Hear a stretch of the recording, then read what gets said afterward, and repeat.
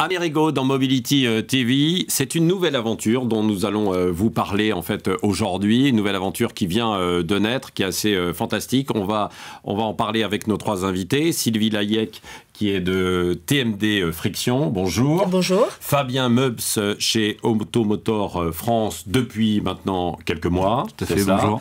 Et puis Olivier Van Wimbeck, qui est de retour, on peut le dire, évidemment. Oui. Avec Automotor France et puis Amerigo. Alors, parlons avec vous déjà de cette idée, de ce concept.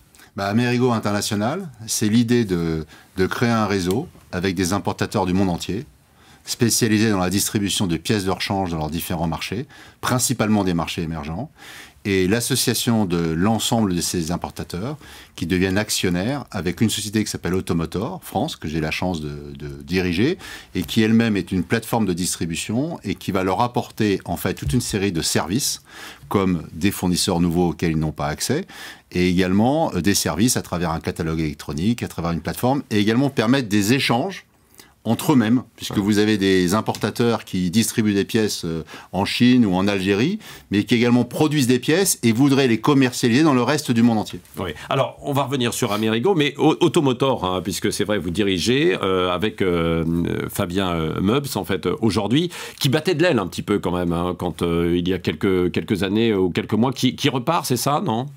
Tout à fait. Automotor est une société, effectivement...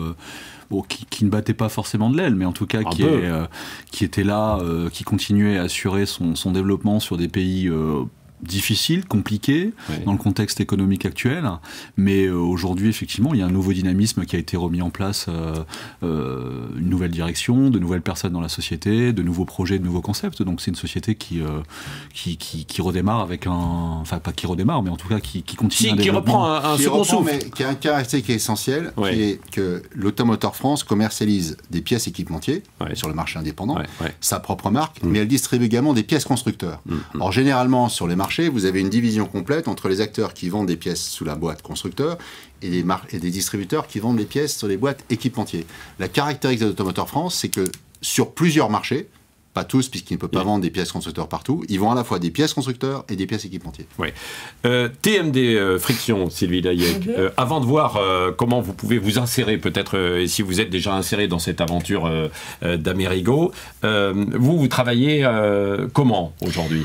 Alors, équipementier, fabricant de systèmes de friction, on parlait de différents canaux de distribution. En effet, vous le savez, les constructeurs donc, ne fabriquent pas, assemblent.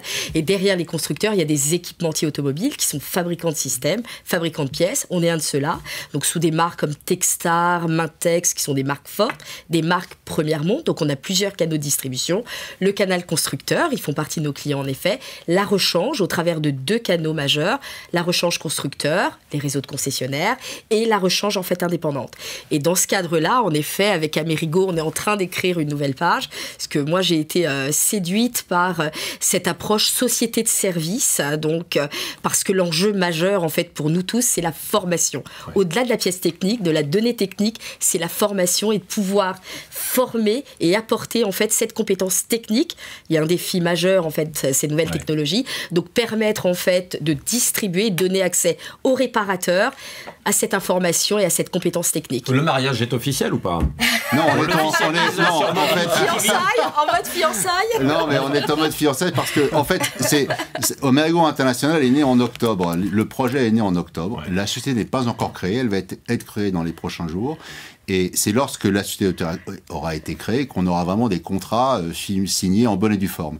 Mais on est dans la phase de fiançailles, exact, où nous sommes en négociation avec 19 fournisseurs, dont TMD, pour qu'ils deviennent partenaires d'Amerigo International. Comme nous sommes en discussion, en négociation avancée, on a aujourd'hui 27 importateurs du monde entier qui ont afficher leur volonté, qui se sont engagés à apporter du capital à la société que nous allons créer. Qui font partie des fondateurs, alors. Qui vont faire partie des fondateurs. Et vous avez des importateurs, vous en avez en Chine, vous en avez à Taïwan, vous en avez en Afrique, vous en avez en Amérique du Sud, vous avez en Russie. Bref, vous avez quasiment tous les continents qui sont représentés, de gens d'importateurs qui sont distributeurs de pièces et qui veulent être actionnaires de la société. Pourquoi ce nom Amerigo?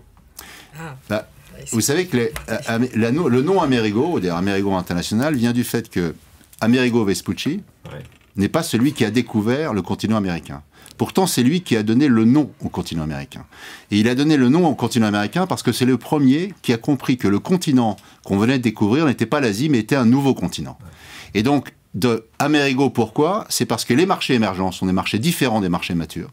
Et donc, nous, ce qu'on essaye d'apporter à travers Amerigo International, c'est de dire, regardons ces marchés avec un œil neuf, un œil d'un pays émergent. Ne voyons pas dans ces pays ou dans ces marchés des pays décalés ou des pays identiques aux marchés mûrs. Ce sont des marchés qui obéissent à des logiques différentes. Ouais. Et là, vous apportez votre expérience aussi internationale. Vous avez travaillé au Brésil, notamment. J'ai eu la chance de vivre plus de 6 ans au Brésil. Et donc, étant de l'autre côté de la barrière, si je puis m'exprimer ainsi, dans un pays du Sud, comme ils le disent là-bas, eh bien, j'ai vécu dans un marché émergent avec des évolutions très très brutales en plus et en moins qu'on ne connaît plus vraiment sur nos propres marchés mûrs. Oui. Avec une restructuration nécessaire ou pas chez Automotor France pour relancer ce qu'on disait, cette centrale en fait d'achat, Fabien? De nouvelles équipes effectivement sont arrivées au sein d'Automotor. Effectivement, aujourd'hui il y a aussi une force commerciale Automotor qui s'est étoffée. Maintenant il y a quand même à peu près 14 commerciaux qui travaillent pour Automotor. Et qui rencontrent nos différents clients. Donc ça, c'est un petit peu le nouveau dynamisme qui est en train de se mettre en place pour accompagner nos clients, pour accompagner effectivement les équipementiers partenaires avec lesquels on développe le business. Donc ça, c'est le nouveau dynamisme qui est en train de se mettre en place depuis quelques temps, quelques semaines, quelques mois.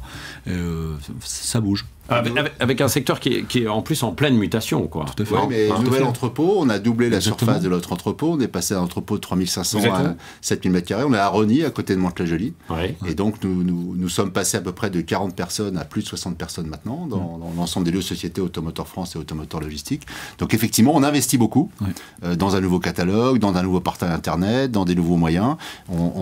Automotor France a beaucoup changé en 2 ans, mais la base était excellente. Oui, alors, bon... il y avait une bonne base, même si il fallait relancer en fait la machine, quoi. C'est ça, quoi. Mais c'est-à-dire que les marchés émergents évoluent beaucoup. La grande caractéristique des marchés émergents, c'est que le parc automobile est en très forte croissance. Ouais. Et alors que vous êtes sur des marchés mûrs où l'évolution du parc automobile c'est plus 1, plus 2%, là vous vous trouvez sur les marchés où parfois la croissance du parc automobile et donc le marché de la prévente, il croît de 5 à 10% par an. Ouais.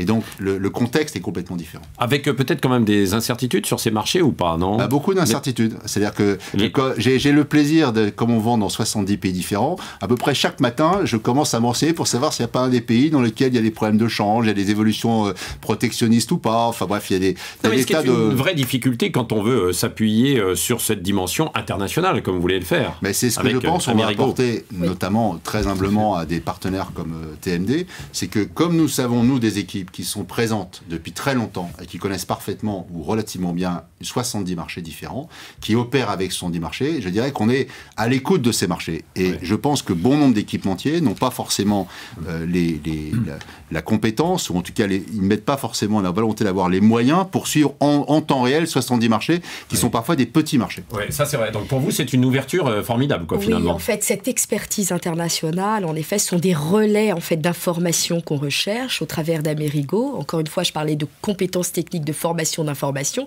mais également cette dynamique commerciale locale avec, en effet, toutes ces incertitudes. Moi, il y a juste une chose sur laquelle je voudrais revenir, parce que pour avoir assisté avec intérêt, en fait, au précédent plateau... sur la prévente, on absolument. De la côté prévente. Constructeur, il y avait une vraie question. Le parc automobile qui baisse et qui vieillit est un challenge pour nous équipementiers. Non, au niveau mondial, le parc automobile croît, progresse. Donc en fait, l'automobile, c'est un vecteur de croissance formidable pour l'ensemble des canaux. Puisque la réponse était très franco-française. En effet, le parc vieillit. En revanche, à l'échelle internationale, et notamment avec les marchés émergents. Ça, c'est vrai. Donc le parc global progresse. Et l'intérêt absolument. Et l'intérêt de cette collaboration à venir, en effet, c'est cette expertise internationale. Et les outils internationaux que vous développez. Et les voitures électroniques, finalement, sont arrivées sur le marché mûr dans les années 2000. Elles sont arrivées entre 2005 et 2010 sur les marchés émergents. Ça veut dire que les garagistes indépendants des marchés émergents, il est confronté finalement aux mêmes difficultés que le garagiste européen des années 2005-2010. Et donc, dans cette phase-là, il est clair que apporter des services nouveaux pour créer des réseaux, pour faire des circuits de formation, pour leur apporter les outils de diagnostic, des catalogues électroniques modernes électroniques, c'est la condition même de leur développement. Oui, parce que la structuration des réseaux est la même à l'étranger, non pas forcément telle qu'on la voit en France, quoi. Non, parce que souvent, on a un prisme franco-français parfois dans ce débat, ce qui est naturel. Il y a deux différences essentielles. La première différence, c'est que souvent, les réseaux sont organisés par grandes marques. Je parle des indépendants. Ouais. Donc vous avez des spécialistes des marques françaises, des spécialistes de marques japonaises, des spécialistes de marques allemandes. Et ça, c'est la première caractéristique. La deuxième caractéristique, c'est que chez un distributeur, vous trouvez généralement, si vous allez en Algérie, si vous allez en Iran, si vous allez en Chine, si vous allez au Brésil, vous trouvez les pièces constructeurs, les pièces équipementiers et les pièces de la marque du distributeur. C'est le même distributeur, ce qui n'est pas le cas en Europe. Ouais, ouais. Et particulièrement en France, où on est très atypique au regard de la distribution dans son ensemble. Et en effet, parce qu'en France, on a segmenté en fait la rechange constructeur de la rechange indépendante. En effet, ça, c'est ce qu'on ne retrouve pas en dehors du territoire français. Oui, oui. Avec une multitude d'acteurs qui changent. Là, je parle du point de vue des constructeurs aujourd'hui et qui peut-être...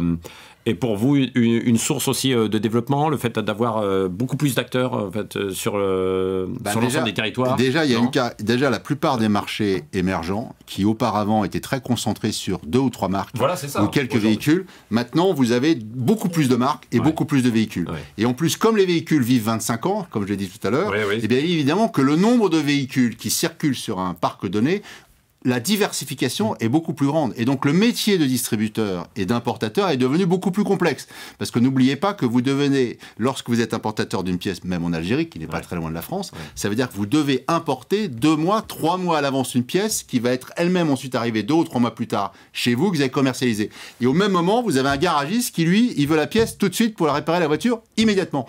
Donc, la contrainte d'acheminement est beaucoup plus grande. Oui, et pour ça, il y aura... Pardon, vous vouliez ajouter? Oui, juste pour compléter un chiffre, moi, quand j'ai démarré dans l'aftermarket, il y a déjà 19 ans, un distributeur moyen stockait, gérait 15 000 références. Aujourd'hui, pour un chiffre d'affaires à peu près équivalent, on gère entre 30 et 50 000. Oui, bien sûr. Donc en effet, c'est ça. Donc la multiplicité des acteurs, des constructeurs et des marques sur tous les territoires. Ce qui change aussi beaucoup, évidemment, ce sont les plateformes digitales. J'imagine que chez vous également, le digital va avoir une importance chez Amerigo et Automotor France. Exactement. Ça prend une place de plus en plus importante. Nous, on va apporter un outil, effectivement, à nos partenaires membres Amerigo, effectivement, et aux équipementiers. C'est un outil, effectivement, un catalogue électronique qui va mettre en avant les partenaires, effectivement, les fournisseurs partenaires de cette aventure. Ouais. L'objectif est un référencement, effectivement, mais très spécifique et très différent d'autres outils. C'est-à-dire qu'on va l'adapter par rapport au parc, par rapport au marché. Olivier Van Ruymbeck, pour conclure cette table ronde donc sur Amerigo, les grandes étapes à venir là. La prochaine étape, elle est à la fin du mois de juin, où j'espère que les fiançailles vont devenir un mariage, c'est-à-dire que la société va être créée, que mes partenaires capitalistes, distributeurs vont nous rejoindre, que les fournisseurs vont signer l'accord de distribution qu'on est en train de négocier avec eux. Voilà, la cérémonie est en cours de préparation. Et le grand lancement, ce sera à Francfort au mois de septembre, où je convie bien sûr tout le monde de venir sur notre stand participer à ce grand lancement. Là, c'est le grand lancement, et ensuite le rayonnement international. Et ensuite, le 1er janvier 2019, commenceront à vraiment opérer l'ensemble des éléments, y compris le portail internet de prise de commande qui va être démarré le 1er janvier 2019. Longue vie à Amerigo. Merci à tous les trois d'avoir participé à cette table ronde de Mobility TV.